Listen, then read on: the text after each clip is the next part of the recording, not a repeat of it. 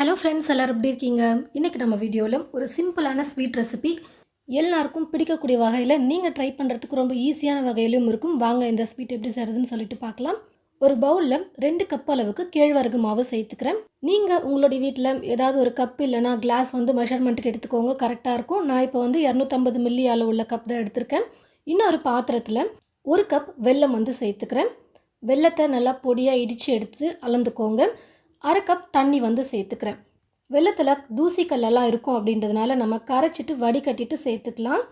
நல்லா வெல்லம் கரைஞ்ச உடனே ஸ்டவ் ஆஃப் பண்ணாமல் கொஞ்சம் நல்லா ஒரு 2 நிமிஷத்துக்கு கொதிக்க வச்சுட்டு அதுக்கப்புறமா ஸ்டவ் ஆஃப் பண்ணிக்கலாம். இப்போ ஒரு பேன் எடுத்துக்கிட்டு 2 ஸ்பூன் எள்ளு சேர்த்துக்கிறேன். வெள்ளை எள் சேர்த்திங்கன்னா ஸ்நாக்கில் நல்லா தெரியும். எள்ளு போட்டிருக்கிறது கலர்ஃபுல்லாகவும் இருக்கும் பார்க்க. என்கிட்ட வெள்ளை எள் இல்லாததுனால நான் கருப்பு எள்ளே சேர்த்துக்கிறேன். லைட்டாக வறுத்துட்டு கூடவே டெசிகேட்டட் கோகோனட் பவுடர் 3 டீஸ்பூன் அளவுக்கு சேர்த்துக்கிறேன். இருந்ததுன்னா நீங்கள் சேர்த்துக்கோங்க, இல்லைன்னா பரவாயில்ல ஸ்கிப் பண்ணிக்கலாம். ஆனால் இதையும் சேர்த்து பண்ணும்போது டேஸ்ட் நல்லாயிருக்கும். தேங்காவை வெறும் கடாயில் ட்ரையாக வறுத்து எடுத்துக்கிட்டிங்கன்னா டெசிகேட்டட் கோகோனட் ரெடி ஆகிடும். எள்ளு லைட்டாக பொரியிற வரைக்கும் வறுத்ததுக்கப்புறமா ஸ்டவ் ஆஃப் பண்ணிவிட்டு இந்த வறுத்த எள்ளு தேங்காவை பார்த்திங்கன்னா மாவோட நான் சேர்த்துக்கிறேன். 1/4 டீஸ்பூன் ஏலக்காய் தூள் சேர்த்துட்டு நல்லா கலந்து கொடுத்துக்கலாம். மாவோட எல்லாத்தையும் சேர்த்து நல்லா மிக்ஸ் பண்ணி விட்டுட்டு கரைச்சி எடுத்து வச்சுருக்கிற இந்த வெள்ளை கரைசலையும் வடிகட்டி சேர்த்துக்கலாம். கொஞ்சம் சூடாக இருக்கும் அப்படின்றதுனால நான் ஸ்பூன் வச்சு லைட்டாக கலந்து கொடுத்துட்டு அதுக்கப்புறமா நான் கை வச்சு மிக்ஸ் பண்ணிக்கிறேன். கொஞ்சம் கொஞ்சமாக வெள்ளை கரைசலை சேர்த்து நம்ம மிக்ஸ் பண்ணிக்கலாம். பாருங்கள், எல்லா வெள்ளை கரைசலையும் சேர்த்துட்டு மாவை நல்லா மிக்ஸ் பண்ணி எடுத்துக்கிட்டேன்.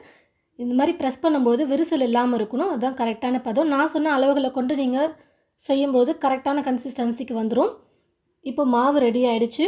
ஒரு எண்ணெய் கவர் அப்படி இல்லைனா ஏதாவது ஒரு பாலித்தீன் கவர் எடுத்துக்கோங்க, இல்லை வாழை இலை கூட நீங்கள் எடுத்துக்கோங்க.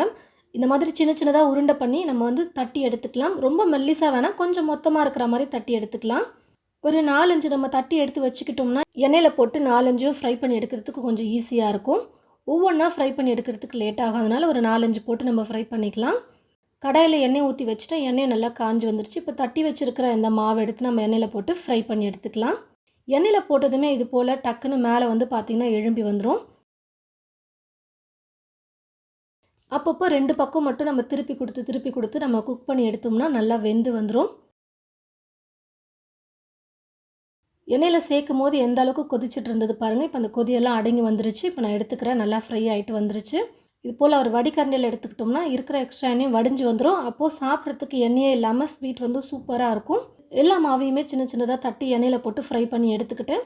ரொம்பவே டேஸ்டியாக கேழ்வரகு மாவில் ஒரு சூப்பரான ஸ்வீட் நம்ம ரெடி பண்ணியிருக்கோம். கொஞ்சம் மொத்தமாக போட்டிங்கன்னா நல்லா உங்களுக்கு சாஃப்டாக இருக்கிற மாதிரி கிடைக்கும். கொஞ்சம் மெல்லிசாக போட்டிங்கன்னா கிறிஸ்பியாக இருக்கிற மாதிரி இருக்கும்.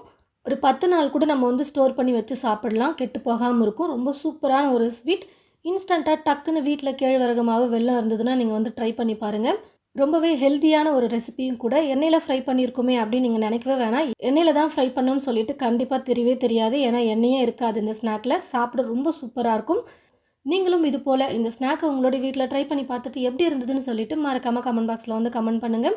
இந்த வீடியோவை மற்றவங்களுக்கும் ஷேர் பண்ணுங்கள். இது போல் நிறைய வீடியோஸ் பார்க்க தமிழ் ஃபுட் மசாலா சேனலை மறக்காமல் சப்ஸ்கிரைப் பண்ணிக்கோங்க. தேங்க்யூ.